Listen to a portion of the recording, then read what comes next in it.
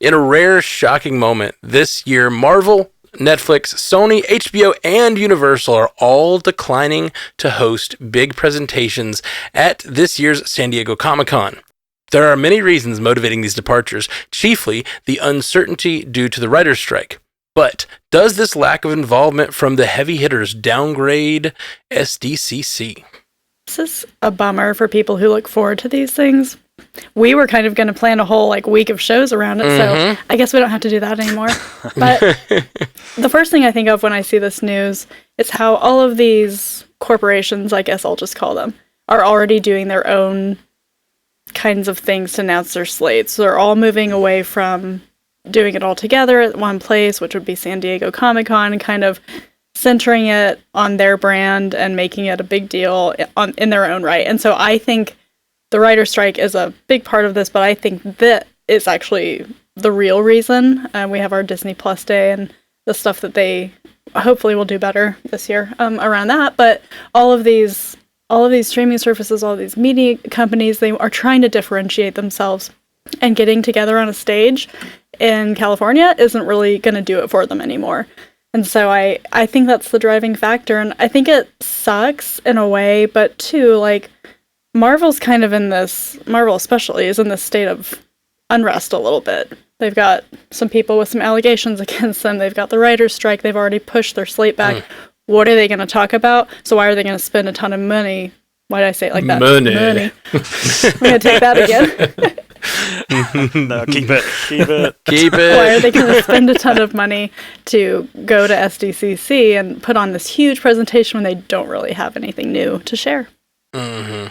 I think the internet is where this stuff really flourishes. The news flourishes on the internet. That's where you're going to trend. You're going to hit massive more amounts of people. But you can't create moments like Loki, or Tom Hiddleston coming in character as Loki, or things like that you just don't get from them having their own events. Yes, they could come, but getting a room as big as Hall H excited about your character in that moment creates these viral moments that can't happen in the same way. They feel forced or just part of their marketing machine when it's at their own event. They're too controlled.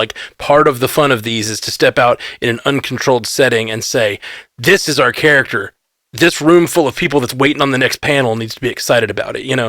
It's a bummer that those kind of moments will happen less if this continues to be a trend. Yeah, I mean, look at what we just talked about. We just announced the casting for Superman Legacy, which was announced by The Hollywood Reporter, and then James Gunn tweeted it and said, yep, this is true. Think about that happening and then how that would have happened 4 years ago. They would have brought David Corenswet and Rachel Brosnahan out on stage, and people would have been going nuts, and that would have been the first time that they would have confirmed it. So, you're kind of, we're seeing exactly what the problem is it's bigger than the writer's strike. That's obviously part of it. Marvel Studios can't come out and do a panel.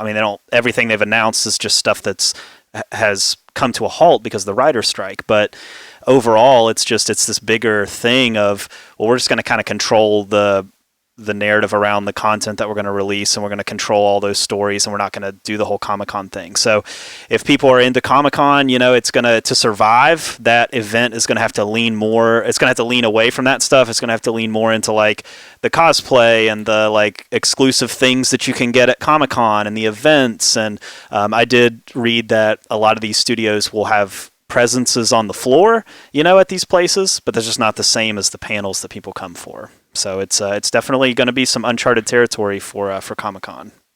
Yeah. This may or may not be an apt analogy or not, but I can't help but notice the parallels between the streaming wars. Netflix used to be the end-all be-all, and that's kind of what San Diego Comic-Con was. If you were going to make a big announcement about any of these franchises we talk about, you were going to do it at Comic-Con and do it at Hall H.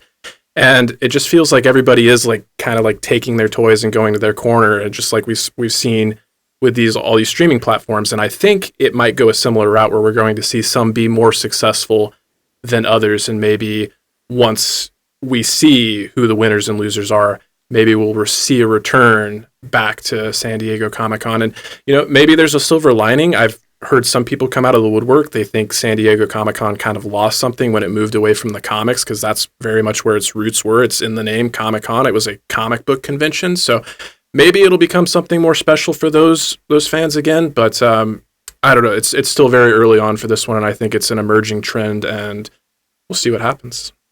Indeed.